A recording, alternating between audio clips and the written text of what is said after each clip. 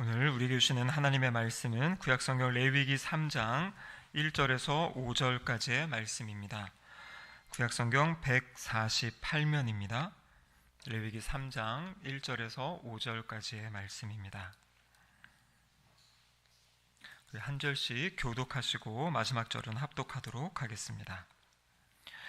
사람이 만일 화목제의 제물을 예물로 드리되 소로 드리려면 수컷이나 암컷이나 흠 없는 것으로 여호와 앞에 드릴지니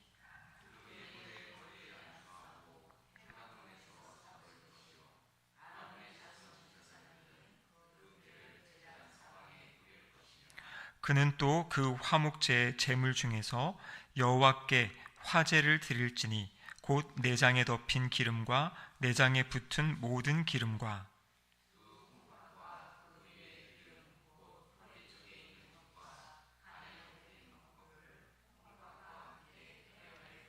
함께 읽겠습니다. 아론의 자손은 그것을 제단 위에 불 위에 있는 나무 위에 번제물 위에서 살을 지니 이는 화제라 여호와께 향기로운 냄새니라. 아멘. 하나님의 말씀입니다. 아멘. 네, 오늘 우리가 살펴본 말씀은 5가지 제사 중에 3번째 제사인 화목제에 대해서 말씀을 함께 상고하도록 하겠습니다. 이 화목제는 히브리어로 제바흐 샬라힘 이렇게 되는데요. 이 샬라힘은 바로 샬롬이라는 우리가 잘 알고 있는 그 단어에서 파생된 것입니다. 그래서 이 샬라힘의 뜻은 무엇이냐면 평화, 평강, 화목 이것을 뜻하는 것이죠.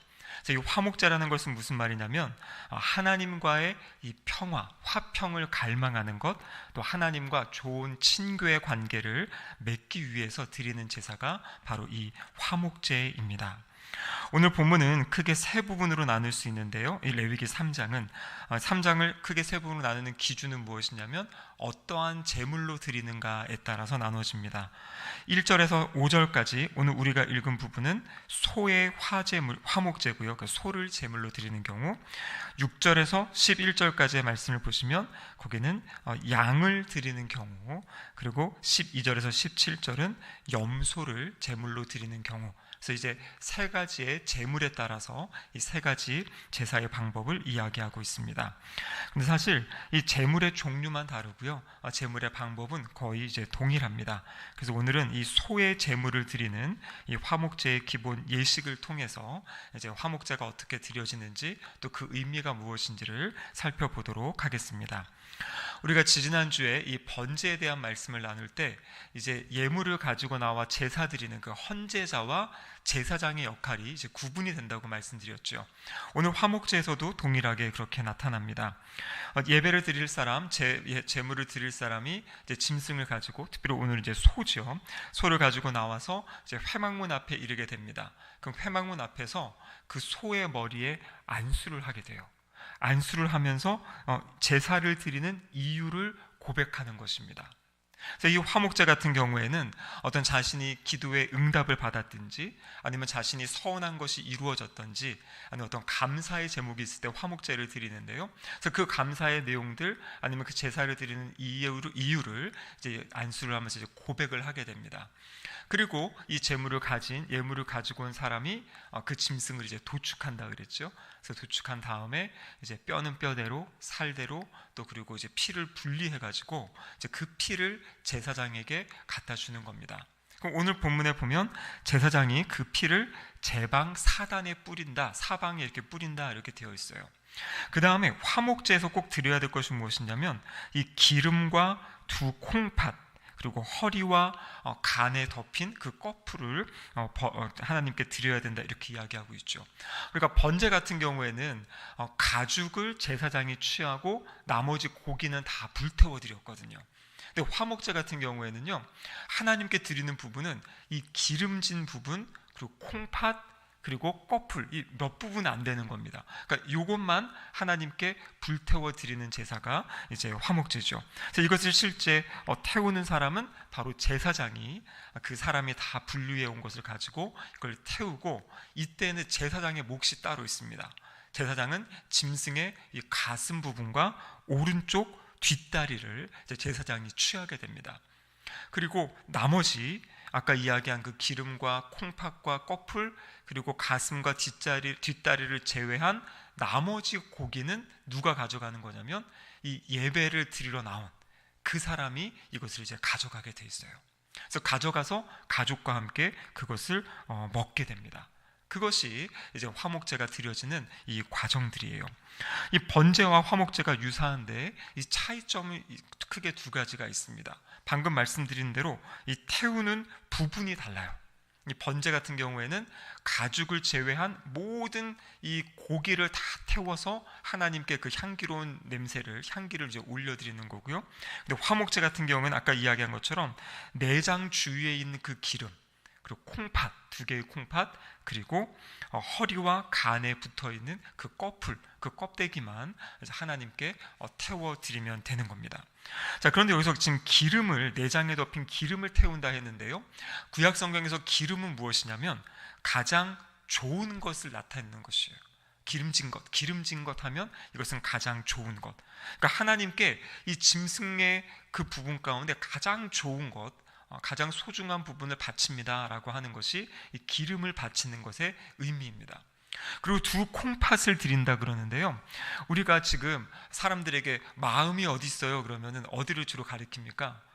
누구를 사랑한다 할 때 그 마음 어디 있어요 하면 우리가 이렇게 심장을 가리키잖아요. 근데 이 당시 이 고대 히브리 사람들은 우리가 지금 마음이 어딨냐고 하면 심장을 가리키는데, 이 당시 사람들은 콩팥이 바로 마음의 영역이다 이렇게 생각을 했어요. 그래서 지금 이 콩팥 2개를 드린다라는 것은 자신의 마음, 자신의 중심을 드린다라는 것을 지금 이제 표현하고 있는 겁니다. 그래서 지금 기름과 콩팥을 하나님께 바친다는 것은 그 제물 중에서 가장 소중한 것들, 그러니까 나의 마음의 중심을 온전히 하나님께 드립니다라는 표시로 기름과 그 콩팥을 이제 하나님께 태워서 드리는 겁니다. 그리고 남은 제물을 아까 처리하는 방법이 있다 그랬죠. 이 가슴 부분과 오른쪽 뒷다리는 제사장이 취하게 되고요. 그 외에 나머지 이 고기 덩어리는 누가 가져가는 겁니까? 예배를 드리러 나온 사람이 가져가게 돼요. 그리고 그 가족과 함께 이웃과 나누어 먹게 됩니다. 그래서 이 5가지의 이 제사 중에서 제사를 드리러 나온 사람이 그 제물을 먹을 수 있는 제사는 이 화목제 1가지밖에 없어요. 나머지 4가지 제사는 태워드리든지 아니면 그 나머지를 제사장의 몫이든지 이렇게 다 이제 되는데, 이 화목제의 제물만 이제 예배를 드려 나온 사람이 그것을 먹을 수 있고 그것을 가져갈 수 있는 이제 그러한 독특한 그런 제사입니다. 그래서 이 화목제 같은 경우에는 아주 즐겁고 기쁨의 제사가 바로 이 화목제의 특징입니다. 자, 그러면 이 당시 사람들이 어느 때 이 화목제를 드릴 수 있는가에 대한 것인데요, 첫 번째는 하나님께 감사한 일이 있을 때 이 화목제를 드릴 수 있어요. 오늘날 우리로 이야기하면 이 감사 헌금 드리는 그게 어떻게 보면 이 화목제에서 출발한 것으로 볼 수 있습니다. 오늘 우리가 읽은 이 레위기 3장에는 그 구체적인 상황들이 나오지 않는데, 레위기 7장에 가면 이 화목제에 대한 규례가 또 한 번 나오는데요, 이 3장에 빠져있는 내용들이 보충되어져 있습니다. 그래서 레위기 7장 15절의 말씀에 보시면 같이 한번 읽도록 하겠습니다. 감사함으로 드리는 화목제물의 고기는 드리는 그날에 먹을 것이요 조금이라도 이튿날 아침까지 두지 말 것이니라. 그러니까 첫 번째로 감사한 일이 있을 때 화목제를 드립니다. 그런데 여기 보면요, 그 화목제 드리고 남은 고기 있잖아요. 그 고기, 그날은 언제 먹어야 된다고요? 그날에 먹어야 돼요. 그날에 다 먹고 다음날 아침까지 남겨두면 안 돼요. 그게 이 감사제를 드릴 때 지켜야 될 그런 규칙입니다. 그래서 이 감사제는 어떤 거냐면요, 이 내용들은 어떤 전쟁에서 이 원수와 싸워서 승리했다든지 아니면 질병에서 이제 치료받고 이랬을 때 하나님께 이제 감사를 표현하는 겁니다. 때로는 자신이 하나님께 기도하고 간구했던 것이 있는데 그 기도가 응답되었을 때, 그래서 하나님의 은혜를 경험할 때 이 드리는 제사가 바로 이 감사제입니다. 그럼 그렇습니다. 이 제사는 지금 누가 만든 거라 그랬습니까? 이 5가지 제사는 하나님이 만드신 거잖아요. 시내산에 이스라엘 백성들이 출애굽하고 있을 때 시내산에 머무는 그 1년간의 기간 안에 하나님께서 이스라엘 백성들에게 주신 말씀이에요. 그러니까 여기 있는 제사들은 인간이 생각해서 우리가 이럴 때는 하나님께 이렇게 제사 드리고 저럴 때는 이렇게 드리자, 이게 아니라 하나님이 만드신 거예요. 너희들이 감사할 일이 있을 때에는 이러한 제물을 가지고 이렇게 나에게 드려라 말씀하신 겁니다. 여러분, 이 의미가 무엇이냐면 하나님은 우리의 감사의 고백을 받기 원하신다라는 것이에요.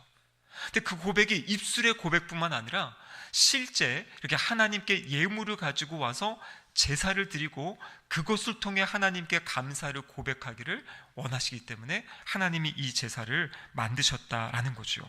여러분, 누가복음 17장에 보면 10명의 나병 환자들이 있었습니다. 예수님이 그 10명의 나병 환자를 고쳐주셨어요. 그리고 제사장들에게 가서 보이라고 했는데요, 그 10명이 가다가 보니까 가는 도중에 치유된 것 같아요. 가다가 한 명이 자신의 몸이 치유된 것을 보고 제사장에게 가지 않고 다시 예수님께로 달려옵니다. 그래서 예수님께 그 감사의 고백을 해요. 그럼 그때 예수님의 반응이 무엇인지 아십니까? 그냥 가서 잘 살면 되지, 뭐 여기까지 와서 감사를 하냐, 이렇게 말씀하지 않으세요. 뭐라고 말씀하시냐면 나머지 9은 어디 있느냐 이렇게 물으세요. 그러니까 10명 중에 1명만 감사하러 왔는데 예수님께서는 나머지 9명 어디 있어? 왜 그 사람들은 감사하러 안 와? 그러면서 하시는 말씀이, 이 이방인, 성경에 보면 그 사람이 사마리아 사람이라고 되어 있거든요. 이방인 1명만 나에게 와서 지금 감사를 고백한다, 이렇게 말씀하시는 내용이 누가복음 17장에 나와 있습니다. 그렇기 때문에 하나님께서는, 예수님께서는 우리가 어떠한 감사한 일이 있을 때 그 감사를 표현하기를 원하신다라는 것이에요. 그래서 이 화목제, 이 감사한 일이 있을 때 화목제를 드려라, 이렇게 하나님이 말씀하신 겁니다. 자, 그리고 두 번째는 어떤 경우냐면 어떤 서원을 하고 그 서원이 이루어졌을 때 화목제를 드려요. 레위기 7장 16절 말씀인데요, 같이 한번 읽어보겠습니다. 그러나 그의 예물의 제물이 서원이나 자원하는 것이면 그 제물을 드린 날에 먹을 것이요 그 남은 것은 이튿날에도 먹되. 자, 여기 보면 그 제물이 서원이나 자원하는 것이면, 그러니까 이 화목제는 3가지 경우에 드리는 거예요. 방금 전에 봤던 감사한 일이 있을 때, 그리고 서원에 관련될 때, 그리고 3번째가 자원제, 이 3가지의 경우입니다. 그러니까 서원이라는 것이 무엇입니까? 인생을 살다 보면 하나님께 이렇게 서원하는 경우가 있어요. 어떤 어려운 문제 앞에서 하나님, 저 이 문제를 위해서 하나님 기도합니다 하면서 좀 다짐하고 결심하고 하나님께 서원하는 경우가 있습니다. 여러분, 참 신기하게도요, 이런 것을 꼭 해야 되나 하는데 이 서원한 것에 대한 간증이 너무나 많은 거예요. 어떤 분들 이야기 들어보면 어떤 문제가 풀리지 않아가지고 하나님께 서원하면서 주님, 제가 이렇게 하나님 예배드리며 섬기겠습니다 라든지, 아니면 제가 하나님 이렇게 헌신하며 이 기간 동안에 제가 하나님께 이렇게 순종하겠습니다 라든지, 어떤 그러한 작정을 하고 하나님께 서원하면서 어떤 일을 할 때 그때 하나님이 주셨던 그 응답들, 이런 것들에 대한 간증들이 수없이 많은 우리 신앙의 선배님들을 통해서, 선조들을 통해서 우리가 들을 수 있는 거죠. 이 대표적인 예가 누구냐면 우리가 몇 주 전에 살펴보았던 사무엘상 1장과 2장에 나와 있는 바로 한나의 기도, 기억나십니까? 아버지 엘가나 그리고 한나가 어떻게 기도합니까? 자신에게 자녀가 없으니까요, 마지막 기도가 뭐냐면 서원하는 것이에요. 하나님, 저에게 아들을 주시면 그 아들을 하나님께 드리겠습니다, 하나님께 바치겠습니다. 여러분, 그런데 엘가나 같은 경우에 제가 그 설교 때도 말씀드린 것처럼 이 히브리인 남자들은 1년에 3번 하나님이 정하신 3대 절기에 예루살렘에 나와서 예배를 드려야 됐어요. 근데 엘가나의 가정은요, 엘가나는 그 외에 자신의 가족 전체를 이끌고 하나님 앞에 나와서 예배를 드렸던 사람이에요. 근데 그때 드렸던 예배가 뭐냐면 화목제입니다. 어떻게 알 수 있냐면요, 사무엘상 1장에 보면 예배가 끝난 다음에 가족들에게 그 예배의 분깃을 나눠줘요. 그때 한나에게 2배를 줬다 그랬죠. 이게 뭐냐면 화목제를 드리고 그 남은 고기를 가족들에게 나눠주는데, 그때 이제 한나에게는 이제 2몫을 줬다, 이렇게 이야기하는 거죠. 그러니까 이 엘가나라는 사람은 기본 제사뿐만 아니라 하나님께 그렇게 자신의 하나님과의 그 화목의 관계를 위하여서 그 감사제였을 수도 있고요. 서원제는 이제 한나를 통해서 이제 서원제를 드리게 되는 거고요. 그래서 그렇게 하나님께 드리게 됩니다. 그리고 마지막에 실제 아들이 태어났죠. 아들이 태어나고, 그리고 그 아들을, 사무엘을 하나님께 이제 드릴 때, 그래서 성전으로 가서 그 엘리 제사장에게, 성전이 아니죠, 그 다음에는 성소죠, 성소로 가가지고 엘리 제사장에게 이렇게 드릴 때, 그때 성경을 보면요, 수소 3마리를 드렸다 그래요. 그러니까 아마 이 엘가나 집안은 상당히 부유한 집안이었던 것 같아요. 그러면서 그 화목제, 그러니까 서원한 것에 대해서 하나님이 서원에 들어주신 것에 감사하면서 이 화목제를 드렸던 경우가 바로 사무엘상 1장에 그 나와 있는 내용입니다. 이렇게 어떤 특별한 일, 특별한 상황을 놓고 하나님께 기도하고 하나님이 그것에 대해서 응답해 주셨을 때, 그때 이제 하나님께 그것에 감사하면서 드리는 제사가 바로 이 서원제, 이 화목제 안에 있는 그 내용입니다. 그리고 3번째, 방금 전에 보았던 7장 16절에 보면 자원하는 것이나 이렇게 되어 있습니다. 근데 이 자원한다라는 것이 예전에 개역 한글 성경에 보면요, 레위기 22장 23절에 낙헌제라고 이제 그때는 번역을 했어요. 여기는 지금 자원이라고 했는데, 이 자원과 이제 낙헌제 같은 의미인데요. 낙헌이라는 것은 무엇이냐면 이 즐거울 낙, 그리고 바칠 헌자입니다. 그러니까 즐겁게 바치는 것이에요. 그러니까 이것은 말 그대로 어떠한 뭐 감사의 일이나 서원이 아니라 그냥 하나님, 저 하나님 너무나 사랑합니다, 하나님 너무나 좋습니다, 그러면서 하나님께 그냥 사랑을 표현하고 싶을 때 나와서 드리는 제사가 바로 이 화목제였어요. 그것을 이제 자원제라고 하고 낙헌제라고 불렀던 이제 그러한 제사입니다. 그래서 특별히 이스라엘 백성들 같은 경우에는요, 이 추수 때 자신들이 이제 열심히 일하고 그 곡식을 거두지 않습니까? 그랬을 때 내가 일해서 이거를 얻은 것이다, 이런 고백이 아니라 내가 열심히 일했지만 하나님께서 좋은 기후를 주시고 또 좋은 열매를 맺게 하셨습니다 하면서 하나님께 그것을 이제 감사하면서 그 추수 이후에 드렸던 제사가 이 자원제, 낙헌제입니다. 그리고 또 어느 때냐면 자신이 기대하지 않았는데, 뭘 구하지도 않았는데 하나님이 삶에 이렇게 하나님께서 어떤 삶에 좋은 은혜를 이제 주실 때, 이제 그럴 때 이제 자원제, 이 낙헌제를 이제 하나님께 드렸다, 그렇게 이제 이야기를 하는 것이죠. 여러분, 그렇습니다. 오늘날에 우리는 이렇게 재물을 가지고, 소나 양이나 염소를 가지고 하나님께 이런 것들을 표현하지 않습니다. 하지만 중요한 것은 그 정신을 우리가 기억할 수 있어야 돼요.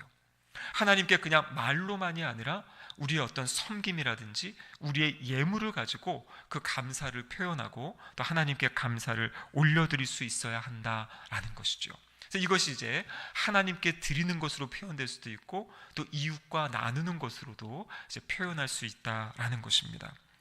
자, 그렇다면 이렇게 이제 화목제, 크게 3가지 제사가 있다고 했는데요, 이 화목제가 가지고 있는 영적인 교훈이 무엇인가, 그것을 한번 살펴보도록 하겠습니다.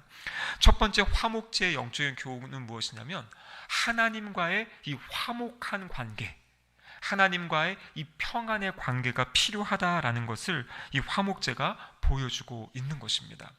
여러분, 우리가 잘 알다시피 하나님과 떠난 인간, 이 죄인들의 모습이 어떻습니까? 죄인들의 모습은 아주 강팍합니다. 그리고 하나님과 원수된 상황 가운데 있는 것이죠. 그래서 하나님과 원수되어져서 하나님과 교제할 수 없고 하나님과 끊어져 있는 상황들이 죄인의 모습이에요. 그리고 우리가 하나님을 예배하고 섬긴다 하다가도 우리 안에 죄가 있으면 제일 먼저 나타나는 게 하나님께 나아가는 것을 주춤하게 돼요. 그래서 창세기 3장에 보면 아담과 하와가 선악과 따먹은 다음에 어떻게 합니까? 하나님이 에덴 동산에 거느시면서 아담과 하와를 부르시는데 하나님을 피해서 숨잖아요. 그게 바로 죄인된 인간의 모습이다라는 것이죠. 그래서 성경을 보면요, 이 화목제가 예표하는 것은 무엇이냐면 이 하나님과 인간과의 관계, 이 화목한 관계를 위해서 제사가 필요하다, 재물이 필요하다. 그런데 성경에는요, 바로 하나님과 인간과의 관계를 회복하기 위해서 하나님께서 화목제물로 누구를 보내신 겁니까? 바로 예수 그리스도를 보내신 거예요. 그래서 로마서 3장 25절의 말씀에 보면 이렇게 기록되어 있죠. 같이 한번 읽겠습니다. 이 예수를 하나님이 그의 피로써 믿음으로 말미암는 화목 제물로 세우셨으니. 아멘. 그러니까 예수님의 십자가의 죽음은 어떤 죽음이냐면 화목 제물로 예수님이 죽으신 거예요. 예수님이 죽으시기 전에 인간과 이 하나님과의 관계, 인간들이 반역해서 하나님과 원수된 관계 가운데 있었는데, 그래서 하나님께, 거룩하신 하나님께 죄인인 인간이 나가서 예배할 수 없고 하나님 앞에 나아갈 수 없었는데, 바로 예수 그리스도께서 화목 제물이 되어 주심으로 하나님과 우리 인간과의 관계가 이렇게 회복되어지는, 그리고 하나님께 나가서 예배드릴 수 있는 그 은혜가 우리에게 임하였다라는 것을 이 화목제가 보여주고 있는 겁니다. 그래서 로마서 5장 1절에 보면 또 이렇게 기록하고 있죠. 같이 읽겠습니다. 그러므로 우리가 믿음으로 의롭다 하심을 받았으니 우리 주 예수 그리스도로 말미암아 하나님과 화평을 누리자. 자, 여기 보면요, 구원의 은혜가 무엇인지를 보여주는 것이에요. 믿음으로 말미암아 의롭다 하심을 받았다. 그러니까 예수 그리스도를 구세주와 주님으로 믿는 믿음으로 의롭다 하심을 받았죠. 그 의롭다 하심을 받은 사람이 누리는 특권이 무엇이냐면 주 예수 그리스도로 말미암아 하나님과 화평을 누리자, 이렇게 되어 있어요. 여기 말하는 그 화평이 하나님과 잘 교제하고 하나님과 소통할 수 있는 그 은혜. 죄인이었던 우리가 하나님이 너는 이제 의롭다 하고 인정해 주셨기 때문에 하나님 앞에 나아가서 예배드릴 수 있는, 하나님을 찬양할 수 있고요, 하나님의 말씀을 들을 수 있는 그 은혜를 우리에게 주신 것이에요. 그래서 바로 예수님의 십자가를 통해 우리를 구원하시고 구원하신 우리를 하나님을 예배할 수 있는 존재로, 하나님과 교제하며 살아갈 수 있는 존재로 우리를 세우셨다. 그것이 바로 첫 번째 이 화목제가 우리에게 주시는 교훈입니다. 두 번째는 어떤 뜻이냐면요, 하나님과의 관계가 회복된 그 사람들이 이제는 이웃과의, 다른 사람들과의 이 평화, 화목을 누리며 살아가게 된다. 살 수 있고 살아가야 된다라는 것을 우리에게 보여주고 있는 겁니다. 여러분, 화목제는 아까 다른 제사랑 다르다 그랬죠? 그 제사를 드리고 가져온 그 예물을, 그 제물을 함께 나누어 먹는 것이라 그랬어요. 그런데 방금 우리가 살펴본 레위기 7장 15절에서 18절까지의 말씀에서는 화목제물을 나누어 먹을 때 지켜야 할 그런 법칙이 소개되어 있습니다. 자, 레위기 7장 15절, 아까 감사제라 그랬는데요, 감사제의 원칙을 보면 이렇게 되어 있어요. 화목제물의 고기는 드리는 그날에 먹어야 된다. 그러니까 당일에 그것을 다 먹어야 된다고 이야기합니다. 그리고 16절을 다시 보시면은요, 아까 서원제나 자원제, 낙헌제라고 이야기했죠. 거기 뭐라고 되어 있습니까? 드린 날에 먹을 것이요, 그 남은 것은 이튿날에도 먹되, 이렇게 되어 있어요. 그러니까 이 경우에는 이틀까지 허락하는데요, 그 3일째 되는 날은 먹으면 안 돼요. 성경에 뭐라고 되냐면 그 3일째 되는 날도 먹으면 그 제사는 가증한 것이 된다, 이렇게 얘기합니다. 그러니까 하나님께 화목을 위해 드렸던 제사가 가증한 것, 죄가 된다고 이야기하는 거예요. 그러니까 이 제사 드린 그 제물을 이틀 이내에 먹어야 돼요. 여러분들 한번 생각해 보시죠. 하나님께서 왜 그런 이러한 원칙을 세우셨을까요? 아니, 그냥 놔두고 먹으면 되지, 왜 그러셨을까요? 여러분, 이러한 법칙이 없으면요, 우리 인간은 사람들과 나누려 하지 않아요. 죄인된 인간의 모습은 뭐냐면요, 무엇이든지 쌓아놓고 싶은 거예요. 내가 쌓아놓고 내가 독식하고 썩어서 버리는 한이 있어도 나누지 않고 흘려보내지 않는 것이 인간의 모습이에요. 근데 하나님께서 어떤 그 기쁨의 일, 감사의 일, 어떤 서원, 그러니까 이 화목제는 무엇인가, 은혜가 있을 때 드리는 거잖아요. 그 은혜를 하나님께 올려드리는 것과 동시에 그 은혜를 기억하면서 하나님이 나에게 주신 이 은혜는 나만 누리라고 한 것이 아니라 이 은혜를 통해 이웃과 나누고 이웃을 섬기라고 이 은혜를 주신 것이다. 이것을 기억하게 하는 것이에요. 자, 아브라함을 부르실 때부터 하나님은 아브라함에게 너가 복이 된다. 예전 성경 복의 통로, 복의 근원 이런 얘기 쓰지 않습니까? 그러니까 하나님께서 우리 삶에 주신 어떤 은혜들, 우리 삶에 주신 어떤 풍성함들, 그 모든 것은 그것을 가지고 나만 누리라는 것이 아니라 다른 이웃에게 나누고 섬기고 함께 더불어 살아갈 것을 하나님은 기대하신다라는 것이에요. 이 부분에 대해서 이재철 목사님이 쓰신 책 가운데 이재철 목사님이 참 마음에 와닿는 그런 내용을 이제 기록하셨어요. 어떤 내용이냐면, 여러분, 이 소를 지금 만약에 제사로 드린다고 생각해 보십시오. 소 한 마리를 잡으면 소 한 마리가 약 700kg에서 800kg 정도 된다 그래요. 근데 이 700, 800kg 되는 것에서 가죽을 벗겨내고 뼈를 발라내고 아까 제사장에게 가슴과 뒷다리 드리고 뭐 기름 같은 거 좀 떼내고 나면 그래도 최소한 300kg은 된다 그래요. 고기가. 여러분, 300kg이면은 이 몇 근입니까? 이게 500근이거든요. 500근. 예. 여러분, 500근의 고기를 그날 제사 드린 다음에 이거 하루 만에 먹을 수 있어요? 없어요? 못 먹어요. 이틀 동안에 먹을 수 있습니까? 없습니까? 아무리 대가족이어도 500근의 고기를 이틀 만에 먹을 수 없어요. 그러니까 이거는 결국엔 뭐냐면요, 가족만 먹을 수 없어요. 이 제사 드리고 나면요, 온 이 지역 마을 사람들이랑 나눠 먹어야 돼요. 그러니까 그렇게 다 나눠 먹어서 고기를 다 소비해야 하나님께서 이 화목 제사를 기쁘게 받으시는 거거든요. 그러니까 이 제사가 그냥 거기서 이 기름이랑 콩팥이랑 몇 가지 태워드리고 끝나는 것이 아니라 마지막에 함께 음식을 나누어 먹으면서 하나님이 주시는 은혜. 그럼 분명히 사람들이 물어보겠죠. 아니, 왜 이 화목제를 드렸습니까? 라고 하면 거기에 분명히 간증했을 거예요. 하나님이 이러이러한 은혜를 주셔서 제가 이렇게 화목제를 드렸습니다. 제가 이러한 서원을 했는데 하나님이 응답해 주셔서 제가 이런 화목제를 드립니다 하면서 사람들과 또 하나님의 은혜를 나누는, 그래서 고기를 나누고 은혜를 나누고 그 자리가 사람들을 하나로 묶어주고 공동체를 하나로 세워주는 그 은혜의 자리가 되는 제사, 그것이 바로 이 화목제다라는 것이에요.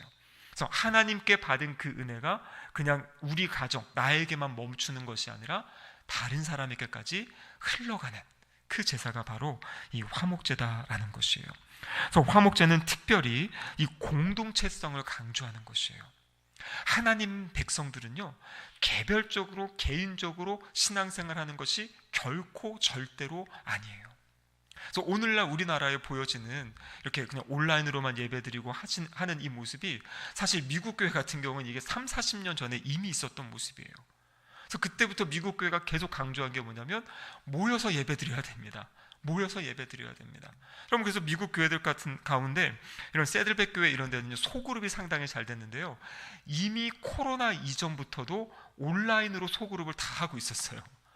그렇죠. 세들백 교회 같은 경우는 코로나 때도 별 교회에 문제가 없었다 그래요. 왜냐면 이미 온라인으로 다 소그룹 모임을 하고 있던 그런 교회들이기 때문에.